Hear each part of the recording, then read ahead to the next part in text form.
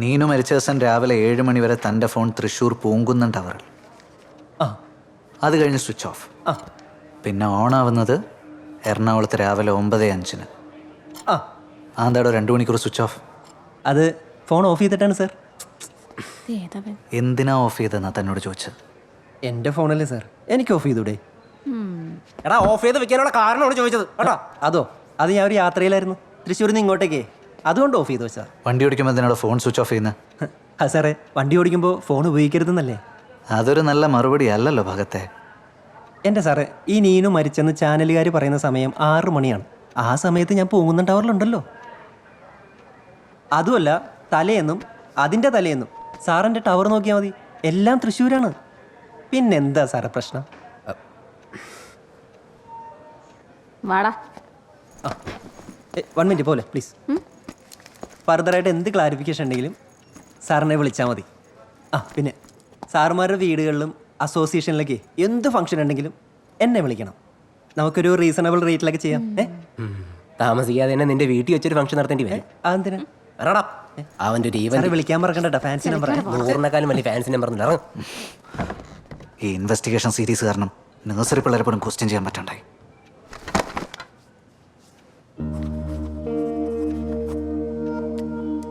Neenu ആളെങ്ങനെയായിരുന്നു? ഫ്രണ്ട്സുമായിട്ടുള്ള outing, അടിച്ചുപൊളി? വനിതാ police ഇല്ലേ സർ? എന്താ? അല്ല, സ്ത്രീകളെ ക്വസ്റ്റ്യൻ ചെയ്യുമ്പോൾ വനിതാ പോലീസ് വേണമെന്നാണല്ലോ. റീനയെ വിളിക്ക്.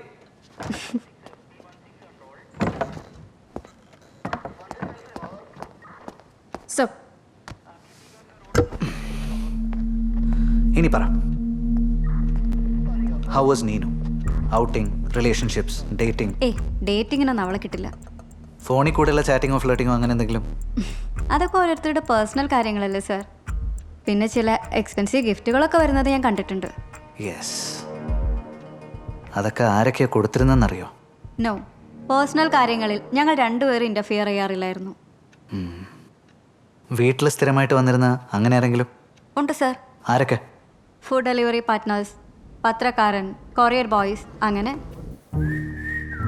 അന്നേ ദിവസം രാവിലെ 5:30 മണിക്കാണ് അഞ്ജിത ബസ് സ്റ്റാൻഡിലേക്ക് പോയത്. അതെ. ആ സമയത്ത് ഓട്ടോ ഒന്നും കിട്ടാൻ വഴിയില്ല. നടന്നാണോ പോയത്? സാധാരണ അതാണ് പതിവ്. പക്ഷെ അന്നത്തെ ദിവസം നല്ല മഴ ഉണ്ടായിരുന്നു. അതുകൊണ്ട് കേരള സവാരി ബുക്ക് ചെയ്തായിരുന്നു പോയത്. ഇനി റോട്ടിലെങ്ങാനും സ്ലിപ്പായി വീണാലോ? സാറിനറിയാലോ.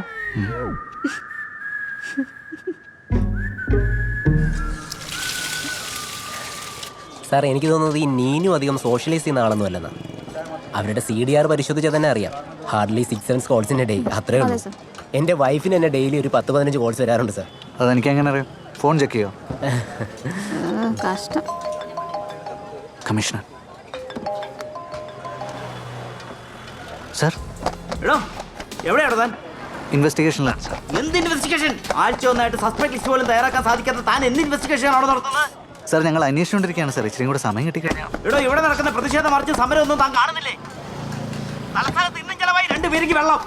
Maximum 5 days. അതിനുള്ളിൽ തന്നെ കൊണ്ട് തൊലിക്കാൻ പറ്റില്ല, കേസ് ക്രൈം ബ്രാഞ്ചിന് വിടും. അതാ ഇടിച്ചിട്ട് stand. Sir, I will close the case before that sir. Hello sir. എന്താ സാർ? എന്താണ് സാർ സാർ അവിടെ വെച്ചിട്ടോ? സാർ, കമ്മീഷണർ ഭയങ്കര കലിപ്പിലാണല്ലേ സാർ? സോഷ്യൽ മീഡിയയിൽ യൂത്ത് മൊത്തം ഇളകിയിരിക്കുക. സാറേ, ഓംലെറ്റ് പ്ലേറ്റും കളഞ്ഞു എൻ്റെ വായിക്കാത്തോട്.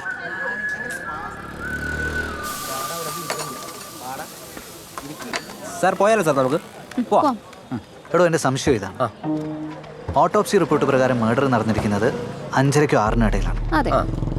5:30 വരെ ആ റൂംമേറ്റ് അവിടെ ഉണ്ട്. പത്രക്കാരൻ്റെ മൊഴി അനുസരിച്ചിട്ട് 5:45-നാണ് അയാൾ അവിടെ പത്രം ഇടുന്നത്. അതെ. ആ കോളനിയിലുള്ള മുഴുവൻ വീടുകളിലും പത്രോട്ട് തീരണമെങ്കിൽ മിനിമം ഒരു 5-8 മിനിറ്റ് എടുക്കൂലേ? ഉറപ്പായിട്ടും. ശരിയാ. ആ സമയത്തിനിടയിൽ ആ മർഡർ വന്നതോ പോയതോ അയാൾ കണ്ടിരിക്കാൻ നല്ല ചാൻസ് ഉണ്ട്. സാർ, ഞങ്ങൾ രണ്ടുപേരും മാറി മാറി ചോദിച്ചതാണ്. അയാളോട് ആരെയും കണ്ടില്ലെന്നാ പറയുന്നേ. അയാളെ ഒന്നുകൂടെ ഒന്ന് വിളിച്ചു വരുത്തുക സാർ. എന്നിട്ട് ചോദിക്കേണ്ട പോലെ അങ്ങ് ചോദിക്കാം. Sure sir. Okay sir.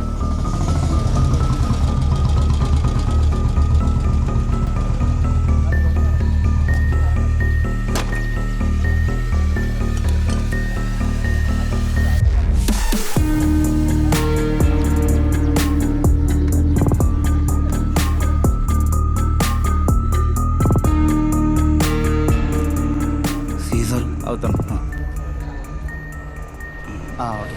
അത് കുറച്ച് കോംപ്ലിക്കേറ്റഡ് ആയിട്ടുള്ള കേസ്, അതുകൊണ്ടാണ്. ആ ഈ ദിനേഷ് സാറിൻ്റെ റൂം സാർ ആ റൂമില്ല. ഈ റൂമോ? ആ റൂം.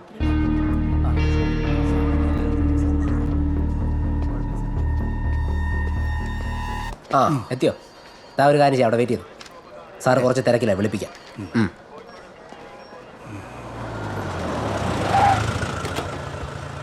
സാറേ ഞാൻ ഉണ്ടായിരുടാ.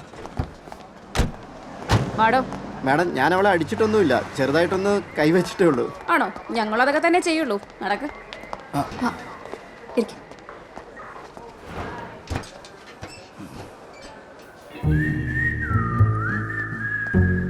സാർ ആ പത്രക്കാരൻ വന്നിട്ട് കുറേ നേരമായി സാർ. എത്ര നേരമായി? ഏകദേശം ഒരു 2 മണിക്കൂറോളമായി. മാനസികമായിട്ടൊന്ന് തളരണം. ഒരു അരമണിക്കൂറും കൂടെ അവിടെ കിടക്കട്ടെ. സാർ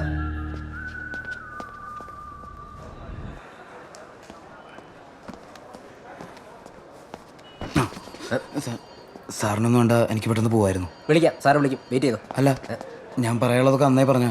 താൻ അപ്സെറ്റ് ആവാനോ? വിളിക്കും, ഇരിക്കേ. അപ്സെറ്റ് ആയിട്ടൊന്നുമല്ല, എനിക്ക് പോയിട്ട് വേറെ പരിപാടി ഉണ്ടായിരുന്നു. പരിപാടിയാ? എന്തോന്ന് പരിപാടി? ഇരിക്കണാ. സാറേ, ഇത്ര അത്യാവശ്യം നിനക്ക്? വീട്ടുകളാ. തനിക്ക് കുടിക്കാൻ എന്തെങ്കിലും വേണോ? വേണ്ട. താനിരിക്കും. കുടിക്കാൻ കൊടുക്കാൻ പോണോ?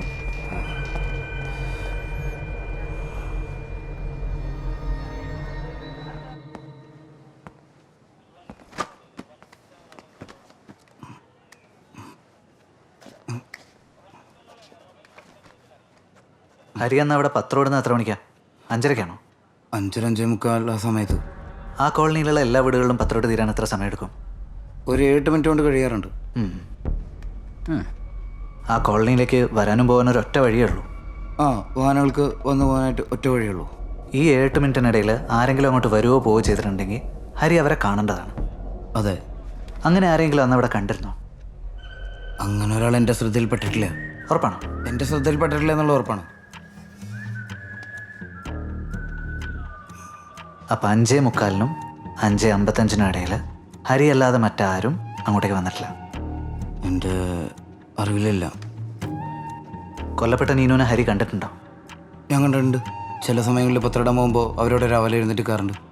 നീനുമായിട്ട് എങ്ങനെയായിരുന്നു? കണ്ടാൽ ഞങ്ങൾ സംസാരിക്കാറുണ്ട്. ഇടയ്ക്കിടയ്ക്ക് സംസാരിക്കാറുണ്ടോ? കാണുന്ന സമയങ്ങളൊക്കെ ഞങ്ങൾ സംസാരിക്കും. അവസാനമായിട്ട് എപ്പോഴാണ് സംസാരിച്ചേ? 1 മാസമായിട്ടുണ്ടാവും. കഴിഞ്ഞ മാസത്തെ കളക്ഷന് പോയ സമയത്ത്. അപ്പോൾ നീനുമായിട്ട് ഫോണിലും നേരിട്ടും ഒക്കെ സംസാരിക്കാറുണ്ട് അല്ലേ? ചില സമയങ്ങളിൽ ചില മാഗസിനൊക്കെ വാങ്ങാൻ കൊണ്ടുവരാനായിട്ട് നീനു ഫോണിൽ സംസാരിക്കാറുണ്ട്. സോഷ്യൽ മീഡിയയിൽ നീനുവിനെ ഫോളോ ചെയ്യാറുണ്ടോ?